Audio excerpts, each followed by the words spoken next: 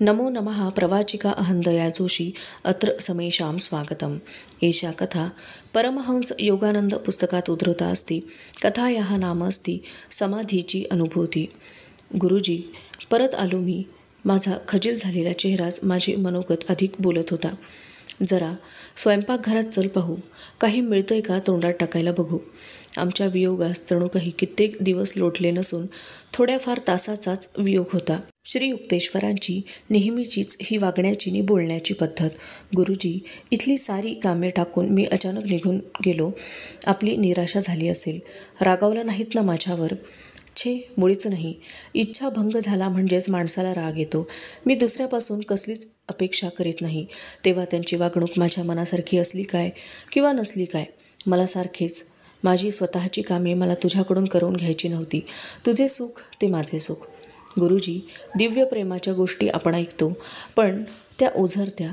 आपल्यासारख्या देव माणसाच्या संपर्कात दिव्य प्रेम काय असते हे स्पष्ट कळून चुकले आहे। ह्या जगात बापाच्या धंद्यातून पोरगा काही सूचना वगैरे न देता बाहेर पडला तर बापसुद्धा त्याला एकदम क्षमा करीत नाही। आणि मी कितीतरी कामे अर्धवट टाकून गेलो। तुमची बरीच गैरसोय झाली, तरी पण त्रासल्याचे काही एक चिन्ह आपल्या मुद्रेवर नाही। आम्ही गुरुशिष्यांनी एकमेकांच्या नजरेला नजर लावली। दोघांच्याही डोळ्यात अश्रू चमकू लागले। एका सुख संवेदनेने मी भारावून गेलो। परमेश्वरच जणू गुरुरूपाने माझ्या हृदयातील उत्साह नि भक्तिभाव विश्वप्रेमाच्या अफाट दिगंतरी पसरवित होता। काही दिवसांनंतर मी एकदा गुरुजींच्या खोलीत गेलो। खोलीत त्यावेळी कोणी नव्हते। तेथे ध्यानाला बसावे असा विचार माझ्या मनात आला, परंतु हा माझा स्तुत्य उद्देश माझ्या स्वैर विचारांना मंजूर नव्हता। शिकाऱ्याच्या गोळीच्या आवाजाने जशी पाखरे सैरावैरा उडून जातात, त्याप्रमाणे माझ्या मनातील विचारांनी थैमान घातले होते। मुकुंदा, दूरच्या एका सज्जातून श्री युक्तेश्वरांनी मारलेली हाक मला ऐकू आली। माझ्या विचारांसारखेच मला बंड करावेसे वाटले। गुरुजी आम्हाला नेहमी ध्यानाला बसवतात। माझ्या मनाशीच मी पुटपुटलो। त्यांच्या खोलीत मी कशा करता आलोय हे त्यांना माहीत आहे, तेव्हा त्यांनी मला आता व्यत्यय आणू नये। पुन्हा त्यांची जोरदार हाक मला ऐकू आली। मी मुद्दामच गप्प राहिलो। तिसऱ्यांदा त्यांनी पुन्हा हाक मारली। त्या आवाजाची धार जरा रागवल्याची होती। गुरुजी, मी ध्यान करीत आहे, मी विरोधी स्वरात जोराने उद्गारलो। तुझे ध्यान कसे चालले आहे हे मला माहीत आहे। गुरुजी बोलले, वावटळीत ज्याप्रमाणे पाणी इतस्ततः फडफडतात, त्याप्रमाणेच तुझे विचार स्वैरपणे संचार करीत आहेत। इकडे ये पाहू। माझा हिरमोड झाला। माझी अवस्था त्यांना कळून चुकली। मी उदास झालो। निमूटपणे त्यांच्यापुढे जाऊन उभा राहिलो। पोरा, तुला जे काय पाहिजे आहे ते पर्वत देऊ शकणार नाहीत। गुरुजींनी लढीवाळपणे माझी समजूत घातली। त्यांची नजर शांत व स्थिर होती। तिचा ठाव घेता येणे शक्य नव्हते। तुझी इच्छा पूर्ण होईल। श्री युक्तेश्वर क्वचितच कोड्यात बोलत। मी गोंधळून गेलो। हृदयाच्या जरा वरच्या बाजूला त्यांनी अलगदपणे धक्का दिला। माझे शरीर जमिनीला जख्खपणे जखडून राहिले। एखाद्या मोठ्या लोहचुंबकाने आकर्षित करून जणू माझ्या फुफ्फुसातला श्वास काढून घेतला। जीव आणि मन ही क्षणार्धात शरीराच्या बाहेर पडली आणि प्रत्येक रंध्रारंध्रातून द्रवरूपी प्रकाश बाष्प होऊन जोराने बाहेर पडू लागला। शरीर जणू निर्जीव झाले, परंतु माझ्या आताच्या तीव्र जागृतावस्थेत मला कळून चुकले की मी आतापर्यंत कधीही इतका जिवंत नव्हतो। शरीराशी निगडीत झालेली माझी जाणीव आता शरीर अवयवापुरतीच राहिली नसून सभोवतालच्या अणुरेणूंना सुद्धा व्यापून राहिली। दूर रस्त्यावरचे लोक जणू माझ्या शरीराच्या परिघावर अलगदपणे चालत जात आहेत असे मला वाटले। झाडे व वनस्पती यांची मुळे अंधुक पारदर्शक होऊन गेलेल्या जमिनीतून स्पष्ट दिसू लागली। त्यांच्या अंतरंगांमध्ये वाहत असलेला जीवरस मला दिसू लागला। आसमंतातील सारा भाग मला तसा दिसू लागला। माझ्या दृष्टीची फेक साधारणतः समोरची, पण आता मला गोलाकार विशाल दृष्टी आली आणि सगळे सर्व बाजूंचे दिसू लागले। दूर अंतरावर रायघाट गल्लीतून फेरफटका करीत असलेली माणसे व एक पांढरी गाय संथपणे जवळ येत असलेली माझ्या डोळ्यांच्या मागच्या बाजूने मला दिसली। जेव्हा ती गाय आश्रमाच्या उघड्या असलेल्या फाटकाजवळ आली, तेव्हा मात्र मी तिला माझ्या खऱ्याखुऱ्या डोळ्यांनी पाहिली। अंगणाच्या कडेला विटांच्या भिंतीपलीकडे जेव्हा ती गाय गेली, तेव्हासुद्धा मी तिला स्पष्ट पाहिले। आसमंतातील व्यापक दृष्टीपथातील सर्व वस्तू हलू लागल्या व चलचित्राप्रमाणे स्पंदन पाहू लागल्या. माझे शरीर, गुरुजींच्या आश्रमातील अंगण, त्यातील खांब, खुर्च्या, बाके वगैरे, जमीन, फरशी, झाडे, सूर्यप्रकाश हे सगळे मधून इतक्या जोरजोराने हलू लागले की या सर्व वस्तू एका अतितेजस्वी सागरात अगदी साखरेच्या खड्यासारख्या, खडीसाखरेचे खडे पाण्याच्या भांड्यात टाकल्यावर जोरजोराने हलवून जसे विरघळून जातात त्याप्रमाणे विरघळून गेल्या. एकरूप करणारा तो प्रकाश सर्व वस्तूंना विविध आकारांची, रंगांची स्थूल रूपे देऊ लागला. वस्तुमात्रांच्या निर्मितीमध्ये कारण व परिणाम यांच्या प्रभावाने त्यांचे अवस्थांतर कसकसे होत जाते हे अगदी स्पष्ट दिसून आले. माझ्या अंतरंगाच्या अमर्याद शांत किनारपट्टीवर जणू आनंदाचा सागर लोटला.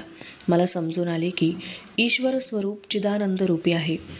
परमेश्वराचा देह म्हणजे जणू प्रकाशाचे असंख्यात तंतू. माझ्या अंतरंगातून उफाळून येणाऱ्या उर्मी, सभोवतालच्या सृष्ट वस्तू, गावे, शहरे, भूखंडे, पृथ्वी, सूर्यमालेतील ग्रह, तारकापुंज, विरलचे धूम्रतारकांचे समूह, तरंगती विश्वे सर्व काही व्यापू लागल्या.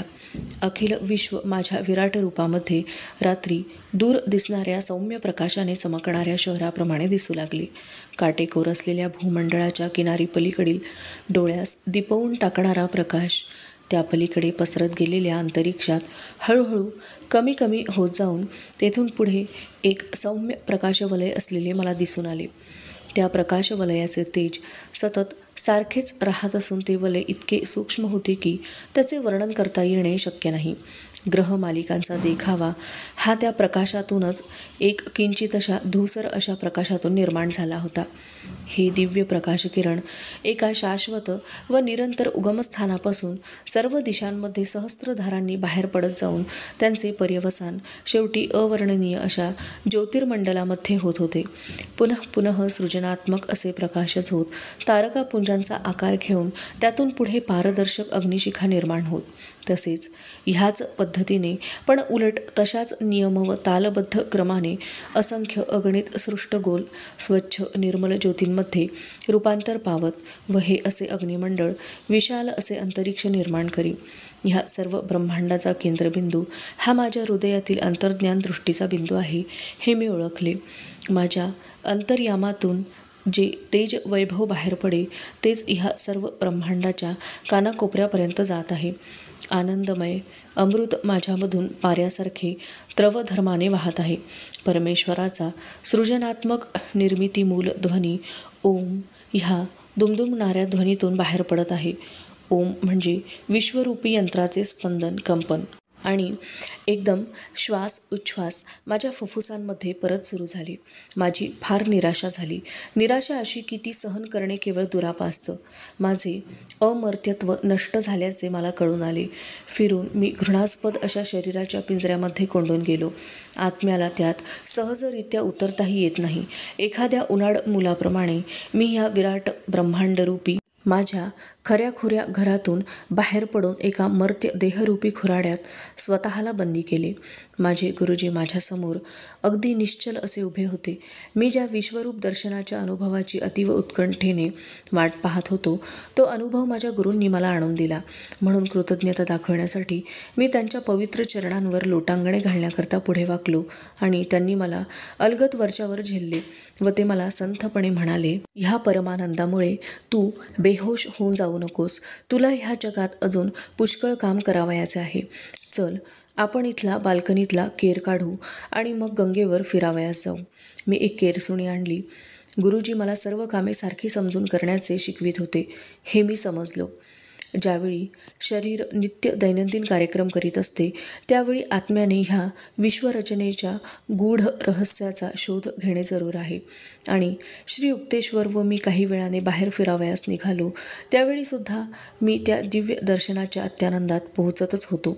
नदीच्या काठावरून रस्त्याने आम्ही दोघे जात होतो. आमच्या दोघांची शरीरे म्हणजे मला 2 सूक्ष्म लिंगदेह दिसले. आणि नदीसुद्धा निव्वळ प्रकाशातूनच निर्माण झाली असल्याचे दिसून आले. ह्या ब्रह्मांडातील प्रत्येक आकृती व शक्ती हे परमात्मतत्व व्यापून आहे. पण परमेश्वर स्वतःला असा त्यामध्ये गोवून घेत नाही. तो वेगळ्या स्तरात वावरतो. तो स्तर स्पंदनात्मक ब्रह्मांडापलीकडे असून पूर्ण आनंदमय असून केवळ शून्यमय आहे.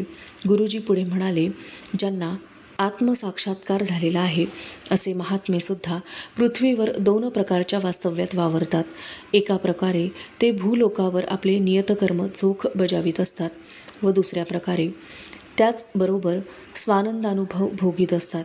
परमेश्वराने खुद्द आपल्या स्वतःमधून एका असीम आनंदाने उत्स्फूर्त होऊन हे सर्व मानवजात निर्माण केले.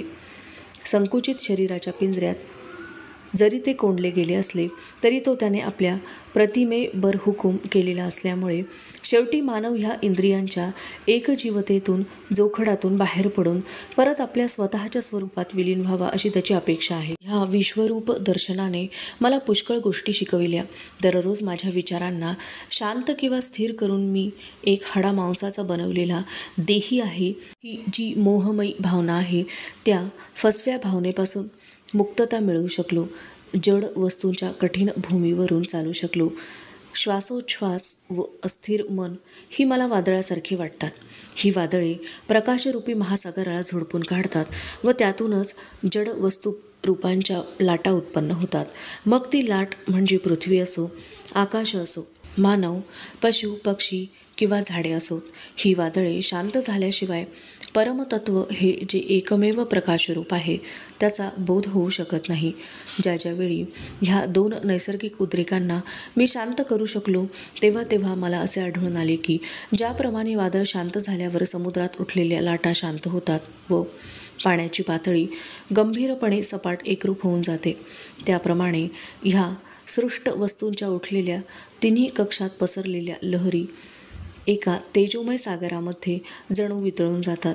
जेव्हा शिष्य ध्यानाने आपले मन इतके बलवान करून दाखवितो की हे विशाल विराट दर्शन त्यास घाबरवून टाकीत नाही, तेव्हा गुरु त्यास ह्या समाधीचा विश्वरूप दर्शनाच्या दिव्य अनुभूतीचा साक्षात्कार घडवून आणतो.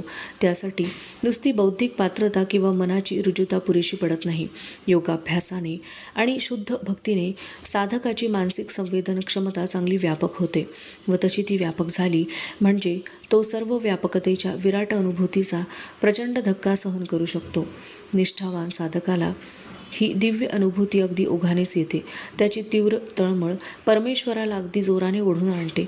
विराट स्वरूपी परमेश्वर साधकाच्या मानसिक संवेदनाच्या कक्षेत एका चुंबकीय प्रेरणेने आकृष्ट केला जातो. समाधी साध्य झाली म्हणजे जे विश्वरूप दर्शन होते त्याच्या महिमेचे किंचित दर्शन करवण्याच्या हेतूने मी पुढे काही वर्षांनी समाधी या शीर्षकाखाली एक कविता केली. ही अनुभूती इच्छा होईल तेव्हा कशी घ्यावी व ज्यांची अंतर्ज्ञान शक्ती पक्व झाली आहे अशा साधकांना कशी प्रदान करावी हे श्री युक्तेश्वरांनी मला शिकविले. या पहिल्या प्रसंगानंतर किती 1 महिने मी त्या ब्रह्मानंदात पोहत राहिलो आणि मग मला उपनिषदात परमेश्वराला रस सर्वात चविष्ट असे का म्हणतात हे समजले. तथापि एके दिवशी सकाळीच मी गुरुजीपुढे प्रश्न मांडला. गुरुजी, मला सांगा, देवाचे दर्शन मला केव्हा होईल? तो तर तुला दिसलेलाच आहे. गुरुजी, मला नाही वाटत तसे. गुरुजींनी स्मित केले. माझी खात्री आहे की तुझी काही अशी समजूत नाही की परमेश्वर म्हणजे कोणी मोठा पूजनीय महापुरुष आहे आणि तो ब्रह्मांडाच्या कुठेतरी निरापद, कोणतीही बाधा जिथे होणार नाही अशा कोपऱ्यात सिंहासनावर विराजमान आहे. चमत्कार करून दाखवण्याचे सामर्थ्य आपल्या ठिकाणी आले म्हणजे परमेश्वराचे दर्शन झाले असा तुला समज झाला असेल, पण तसे नाही. हे पहा, एखाद्याच्या ताब्यात सारे विश्व जरी आले तरी त्यातून परमेश्वर चुटकीसारखा निसटून जाईल. अध्यात्म मार्गावरील प्रगती ही बाहेरून दिसून येणाऱ्या शक्तीच्या देखाव्याने मोजावयाची नसते, तर ध्यानामध्ये जो अत्यानंद मिळतो तो कोठवर अंतर्यामी गेला आहे त्यावरून मोजावयाची असते. ईश्वर म्हणजे सच्चिदानंद, त्या आनंदाचा कधीही अंत व्हावयाचा नाही. पुढे जसजसे तू ध्यान चालू ठेवशील तसतसा ईश्वर तुला मोठ्या चलाखीने फसवीत जाईल. परमेश्वर दर्शनाचा मार्ग ज्यांना सापडला आहे, असे तुझ्यासारखे जे भक्त आहेत, ते त्याच्या बदली दुसरी कोणतीही गोष्ट स्वीकारण्याचे स्वप्नात सुद्धा आणत नाहीत. तो चित्तचोर असून त्याच्या लाभाची दुसऱ्या कशानेही तुलना करता येणारी नाही. ऐहिक सुखांचा आपल्याला किती लवकर कंटाळा येतो. सुखोपभोगांच्या वासनांना अंत नाही. मनुष्याचे कधीही समाधानच होत नाही. एका सुखा पाठीमागून दुसऱ्या सुखाकडे तो सारखा धावत राहतो. तो जे वेगळे काही शोधित बसतो ते म्हणजे परमेश्वर. तोच फक्त चिरंतर सुखाचा लाभ देतो. बाह्य सुखांच्या हव्यासाने आपण आपल्या अंतर्यामातील स्वर्ग सुखापासून वंचित होतो. ह्या वासना जी सुखे देतात ती नकली असतात. आत्मसुख दिल्याचे फक्त भासवतात. हरपलेल्या स्वर्गाचा पुनश्च लाभ दिव्य ध्यानामुळे ताबडतोबी होतो. ईश्वर स्वरूप आजमाविता येण्यासारखे नाही. ते नित्य नूतन आहे. ईश्वर लाभाचा आपल्याला कधीही कंटाळा येत नाही. अनंत कालपर्यंत त्याच्या प्राप्तीचे जे विविध प्रकारचे सुख आपल्याला मिळते त्याचा कधी आपल्याला वीट येईल काय? गुरुजी, साधू संत परमेश्वर हा अगम्य आहे असे का म्हणतात, हे मला आता कळले. हे आयुष्य असेच जरी कायमचे टिकले तरी त्याची किंमत, योग्यता अजमावता येणार नाही. खरे आहे ते, पण तो समीपही आहे आणि प्रियही आहे. क्रियायोगाच्या अभ्यासाने इंद्रिय सुखांचे अडथळे नाहीसे होऊन मन निर्दोष होऊन जाते आणि मग ध्यानातून परमेश्वराच्या अस्तित्वाचे प्रमाण 2 प्रकारांनी मिळते. नित्य नूतन असा जो हा आनंद, तोच मुळी त्याच्या अस्तित्वाचा आपली पुरेपूर खात्री करून देणारा पुरावा आहे. तसेच ध्यानामध्ये आपल्याला त्याचे मार्गदर्शन ताबडतोब होत असते. आपल्या कोणत्याही अडचणीच्या वेळी तो लगेच समोर उभा राहतो. खरेच गुरुजी, तुम्ही माझ्या शंकेचे निरसन केले. मी त्यांना कृतज्ञतेने स्मितपूर्वक म्हणालो. ईश्वर प्राप्तीचा लाभ मला घडून आलेला आहे हे मला आता समजून चुकले. कारण जेव्हा जेव्हा कामाच्या गर्दीत अर्धवट जागृतीच्या अवस्थेत ध्यानाचा आनंद मला परत परत मिळतो तेव्हा तेव्हा परमेश्वर प्रत्येक गोष्टीत अगदी गौण तपशिलांसह बरोबर मार्ग दाखवित असतो. ह्याचा मला प्रत्यक्ष अनुभव आलेला आहे. गुरुजी म्हणाले, जोपर्यंत आपण परमेश्वरी इच्छेस साथ दिली नाही तोपर्यंत मानवी जीवन हे दुःखानेच घेरलेले राहते. ह्या परमेश्वरी इच्छेने जे योग्य मार्गदर्शन होते ते अहंकारयुक्त बुद्धिवाद्यांना गोंधळून टाकते. जो परमेश्वर बिनचूक मार्ग दाखवितो, रास्त सल्ला देतो, अजून कोण पण तोच अखिल ब्रह्मांडाचा भार वाहतो. अधुना एषा कथा समाप्तिं गता. अस्तु तर्हि पुनर्मिलामः. तावन् मंगलं भूयात्. नमो नमः. धन्यवादः.